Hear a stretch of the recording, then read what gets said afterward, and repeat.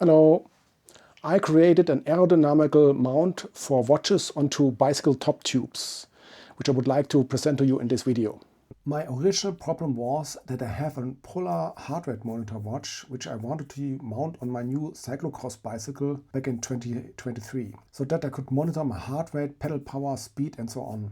A heart rate monitor watch is a watch for athletes that is strapped around the chest via a silicone watch strap loop to record the heart rate via the electric pulses of the heart. Similar to an EKG, they even measure nearly as accurate as an EKG. Modern heart rate monitor watches can measure speed via GPS and also record the positions and connect to external devices like a power meter. A power meter measures the power output by a cyclist via the pedals and sends the data to the watch via radio.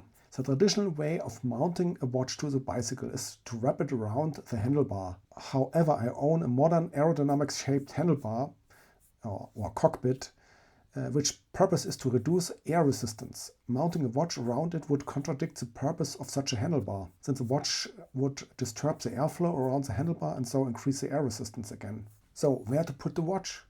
The simple solution is to keep the watch around your wrist, of course. However, that has a drawback that you have to take your arm from the handlebar each time you want to check your watch, which is not desirable because it increases the risk of accidents, of course, and also it is annoying. That's why I had the idea to put it behind the handlebar stem on the top tube. There it is in the slipstream of the handlebar stem. But how? My first ad hoc solution was this. I simply cut an empty sunblocker bottle so that I could wrap my watch around it and attach it to the top tube via Velcro tape. This works but looks awful and is not adjustable. Small injection here. If you like to see the history of the aerodynamic watch mount, let me know in the comments. If enough of you are interested, I might make an own video about it. To cut a long story short, after many iterations I came up with this.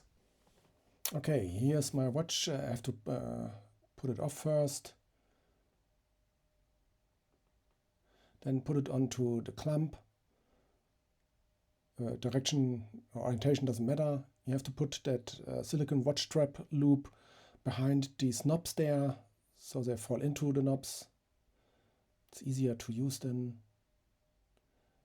Now it's on. As you can see, it's sturdy. It doesn't go off anymore. Now we put it onto the frame mount in a 90-degree angle, because else you cannot slide it on. Now it slides on. There's a little bit of pressure there from the tension. You can move it back and forth still. Now you can't move it back and forth anymore because it's onto these two brackets there on the bottom and the top. And now you can move it in up and down as you like, in which position you ever like. Now it's level. Also the frame itself is a little bent. And that's the position I usually have it, because my head is up there and then I watch down to the watch.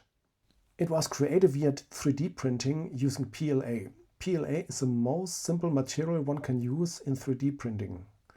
It is less heat resistant than other materials, but that also makes it easier to use. However, I'm now using my current version since a year and it never bended the slightest. It also did not lose any tension. I'm talking here about the clamp has some tension when it is put onto the counterpart, and that tension never changed. And of course, I'm not bound to use PLA. I can use whatever material I want for printing, if I want to print it for commercial purposes, for example. That's a cool thing about 3D printing. If I catch your attention and you are interested in licensing it or purchasing it, let me know in the comments or send me an email.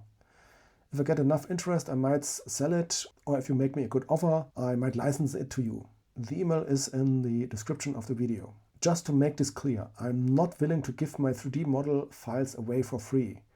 I'm also not interested to put them on one of the 3D model pages where you can sell it.